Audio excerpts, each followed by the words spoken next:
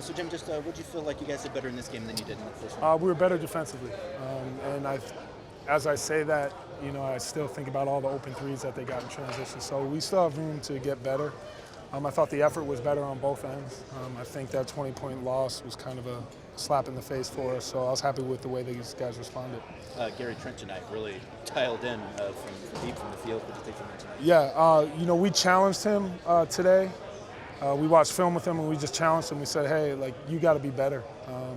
You got to be better offensively and you got to be better defensively. And, I thought he really took that message to heart, and he came out here and he played well. It was the same message to Anthony. It's their team.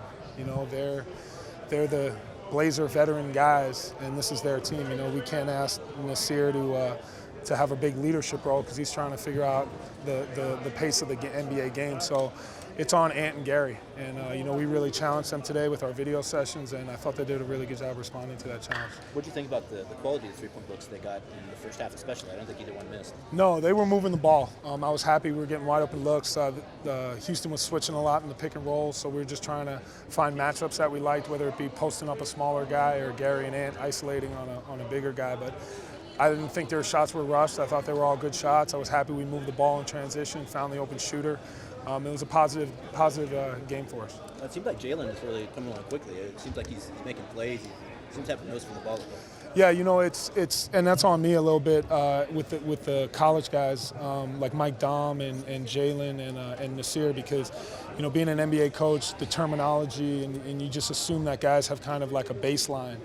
And they don't. You have to really explain everything from the terminology we use to the sets, and I don't think I did a good job of that to start, and I think it showed in the first game. I didn't really communicate what role I expected them to have.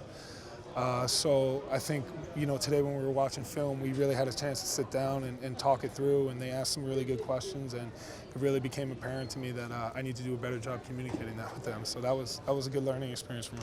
What have you seen from Nazir? What stand out to you? Just his flexibility defensively. He can guard multiple positions. Offensively, he's trying to figure it out. We're asking a lot out of him. He's only had a week of practice in the NBA, and we're trying to acclimate him into our systems.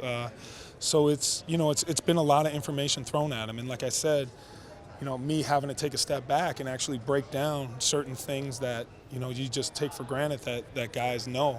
I work with our guys all year, our young guys, and you just assume that these guys coming in will have that same knowledge, and that was on me. And again, I apologize to them and just kind of explain that that they need to ask more questions if they don't understand something or if there's a miscommunication on my part. And we're really just trying to help them figure out where they're going to fit in and what's going to be asked for them going forward.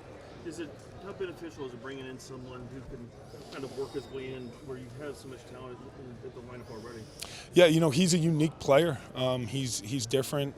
He's a little bit different than some of the other guys we have. He's very athletic. He's very good in transition.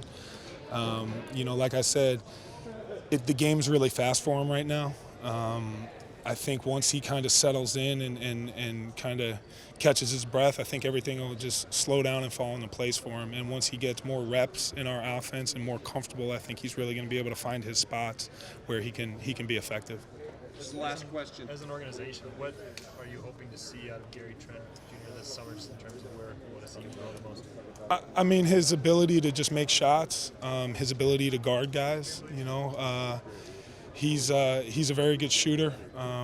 Just being able to get in an environment like this and make those shots and find his offense and just kind of fit in where he can, because obviously with Dame and CJ out there and Kent and Rodney Hood, there's not going to be a lot of minutes out there. But just being ready if he is called upon, and just like we've had with our young guys throughout the years I've been here, is you have to stay ready. You never know what's going to happen. It's a long season, and when your number's called, you have to be prepared for that. So.